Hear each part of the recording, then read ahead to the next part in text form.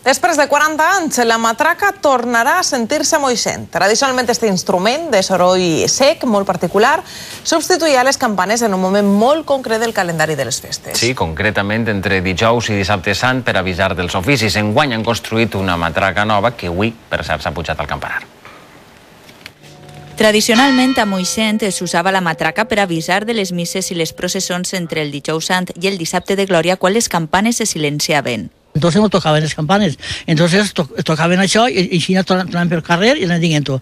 Quan el segon toc per l'ofici, sabien que era el segon toc per a l'església. Després de la Guerra Civil, la tradició es va perdre. En Moixent no se sentia res, sols que se sentien durant la processó dels tambors de les cofradies, però la gent venia a les celebracions dels oficis de les processons perquè sabia l'horari. Fins ara, amb motiu del centenari de la confraria del Sant Sepulcre i dels 5 anys de l'Associació de Campaners, s'ha fabricat esta matraca que avui s'ha pujat al campanar.